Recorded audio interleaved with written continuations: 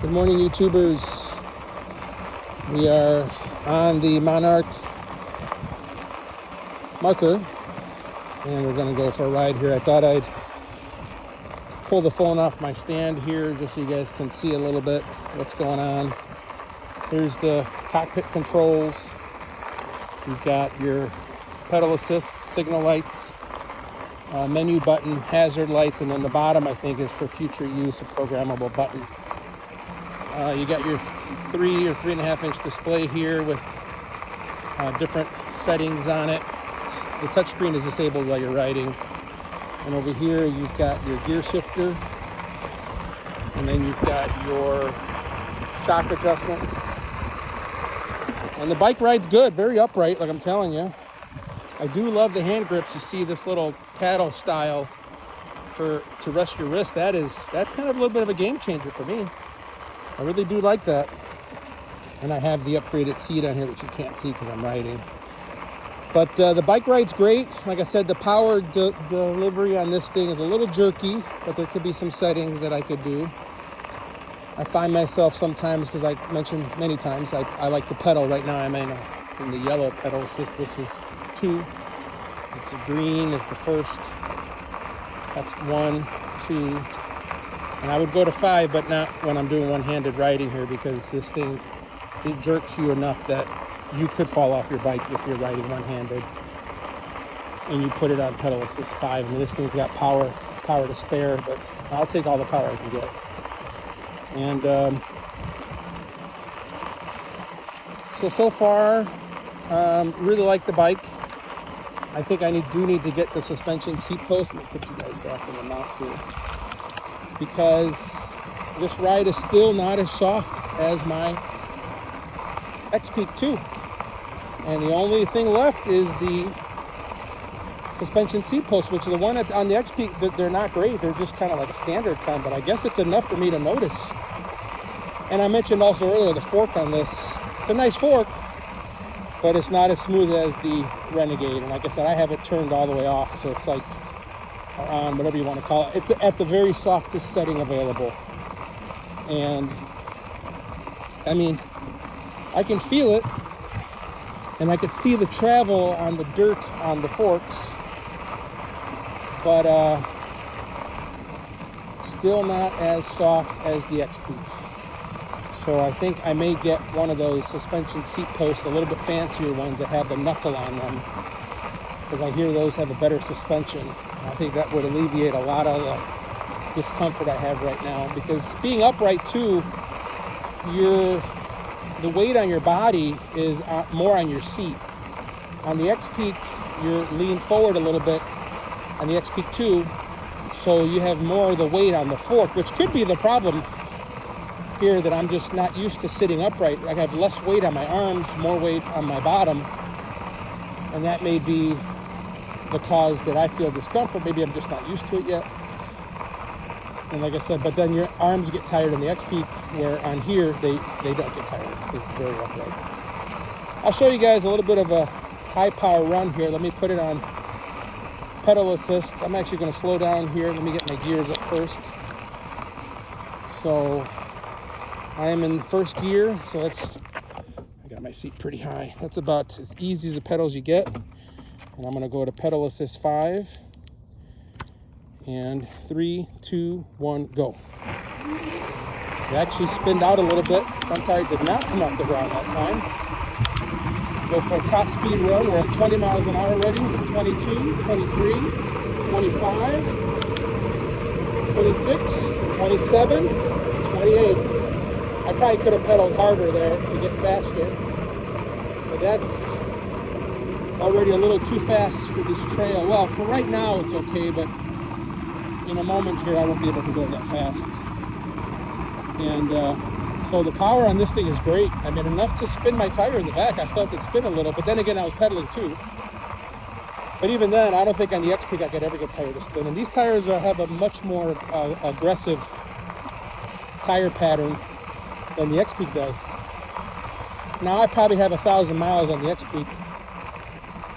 It sounds like a lot, but that bike is literally 3 months old, so it's still a new bike. It's just I've been riding every day. I'm doing about 23, 24 miles a day, some days a little bit longer. So 1,000 miles, it's not much. This bike is, 2-3 days old, and I already got 65 miles on it because I just want to get used to this bike a little more. And I think the suspension seat post would probably be the ticket on there. I do like the power on this bike, but I don't like the delivery of the power compared to the X-Peak. X-Peak's much smoother. But nice bike. And like I said, if you are debating between this one and the X-Peak, I would boil it all down to your riding style. If you like the mountain bike kind of feel, where you're leaned over a little bit more, the bike still looks like an e-bike, but less look like an e-bike, go with the X-Peak 2. I don't know if they're going to come out with a new model anytime soon, because X-Peak's been out for a year. But if you like the upright, slightly more luxurious feel, these hand grips are a little bit of a game changer. I wish I could get these hand grips on the X-Peak, which it does have a little bit of a paddle style, but not as big of a paddle as this one. I think when I'll get home, I'll do a side-by-side comparison. Both these bikes are really filthy. I'm not sure I'll wash them before I do the video. But if you like the upright style, get the Monarch. But they're both gonna hit 27, 28 miles an hour. Some will hit it faster than others. They're both fat tire bikes. If you are like a hardcore mountain biker, you probably won't be on an e-bike to begin with. But if you are like, you want to do a little bit of mountain biking, off-roading, and like the mountain bike kind of feel, then the X-Peak is for you. X-Peak is much lower tech than this. This has Bluetooth connectivity, which I don't have connected yet because they don't have anything available yet, but it has the capability of having all that. X-Peak is just, you jump on it and ride, no real technology going on there other than the bike itself. And, you know, the batteries, the X-Peak, I got the extended range, so it's the 20 amp hour. But the physical size of the batteries are kind of similar. I thought that the X-Peak was a bigger battery, and it is a taller battery, where the Monarch is a longer battery, but not taller. They both weigh pretty similar. They may be a pound off. I didn't really put them on a scale, just hanging on to them, see how they are. But the Monarch is a hot swappable. I mentioned it before. You can pop this battery out, pop the other one in. You can't do that on the X-Peak unless you pull your plates off the other one, or you have a spare plate, which I'm not even sure that's an accessory that's sold depending on the color of your bike. It's basically a metal guard, where this one has like a rubber guard that's universal. And what's nice about the Monarch is they're going to keep the same battery, and it's an LG battery. I feel like the battery drain on this is a little bit more controlled than the X-Peak. The battery drain on this is kind of more like the way your cell phone drains battery. It's just consistent drain if you're on it all the time, where the X-Peak, it's like it's full power until it's not. Then once you hit a certain level, the power starts to drop pretty significant, where this one has a more of a gradual drain. Like right now, I am showing maybe 73% battery life on this. When I left the house, it was 100%, with 73%, which is probably more accurate to where it actually is supposed to be. And the same for the X-Peak, except the X-Peak right now would still be showing me 100. It would not be showing me 73%, it would show me 100. And I have to get home and I'm still at 100, even though I know it's not at 100. My battery voltage is probably in the 50 range. On here, right now, 51.5. So 51.5 on the X-Peak flags it at 100% on the gauge itself. And yeah, I don't like that the odometer, the trip odometer does not reset. So I'm going to look for a setting for that when I get home, because I kind of liked it starting off at 0 every time you turn on the bike, didn't know you get going. But great bike.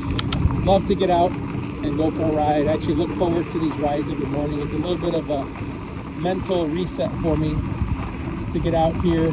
I'd like to say get out here with the fresh air, but as you can probably see, It's not very fresh air today, so if you have respiratory issues, maybe not a good idea to be out here.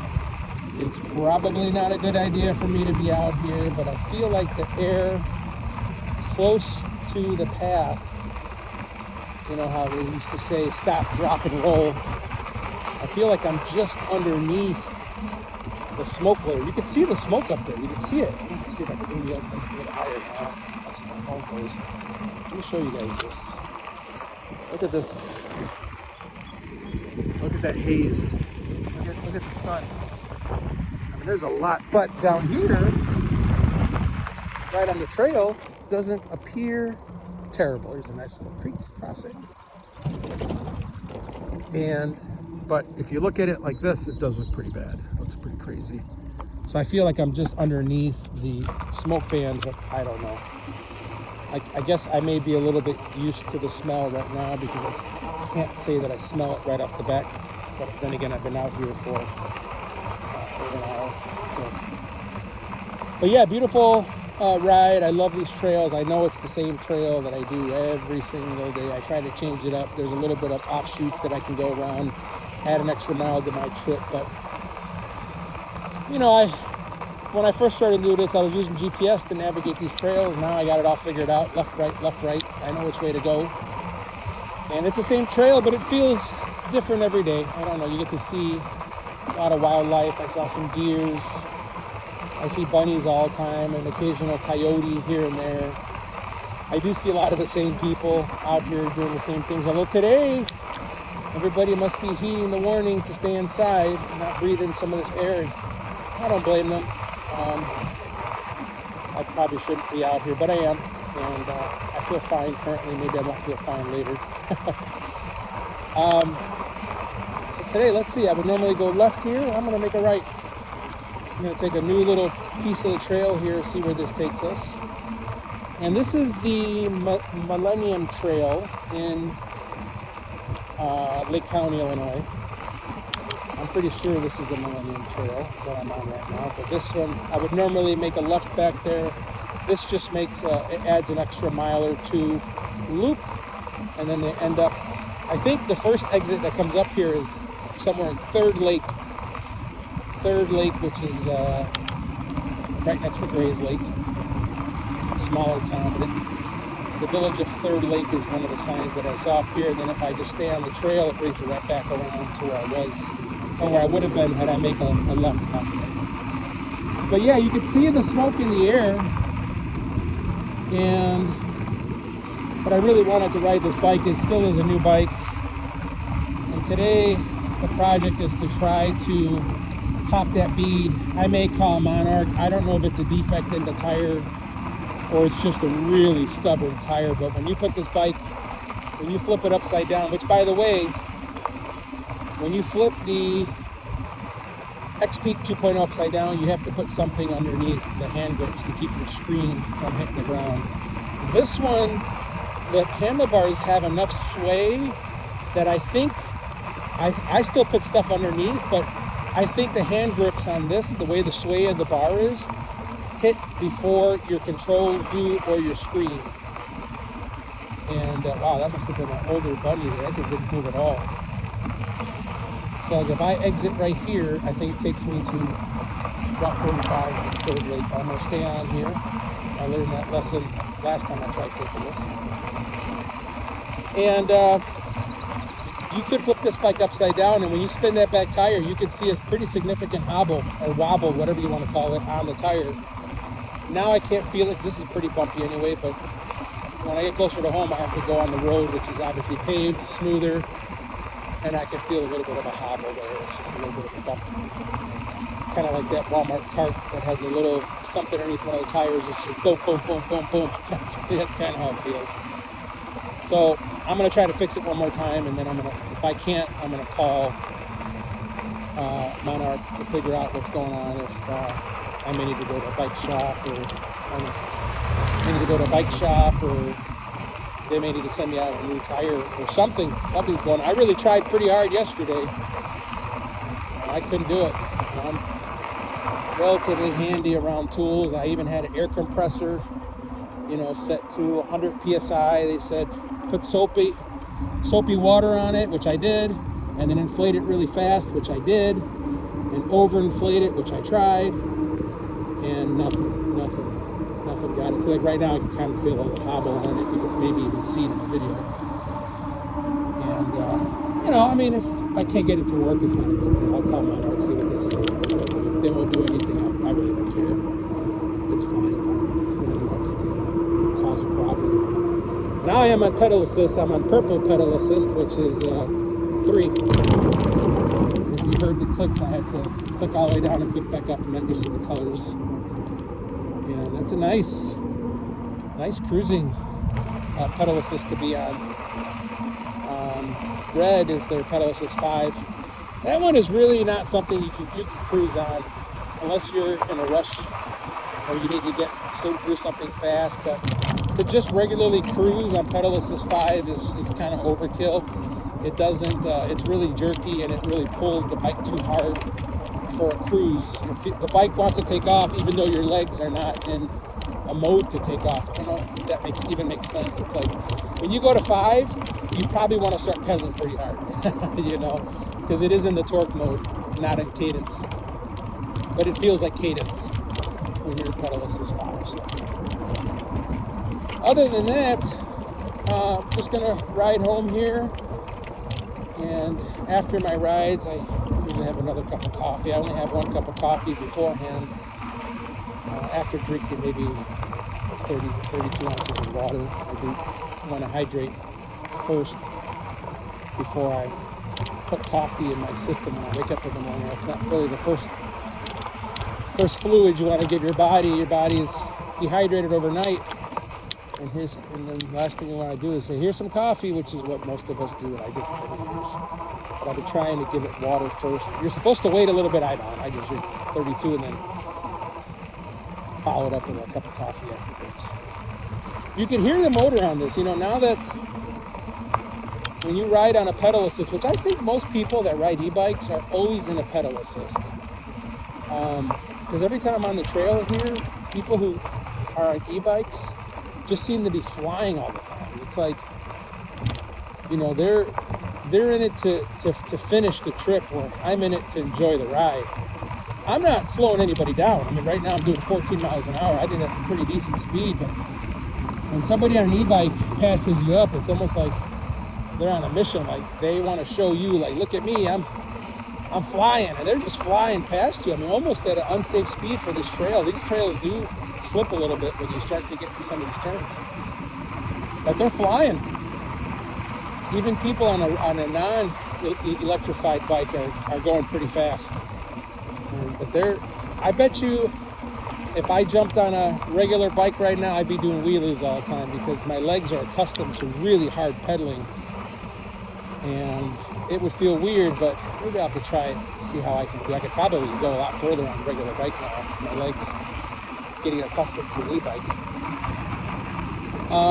But that's it, everybody. If you have any questions, I may put a comparison video of the two on my driveway so you guys can kind of see the X-Peak if you're considering the Monarch or considering the X-Peak.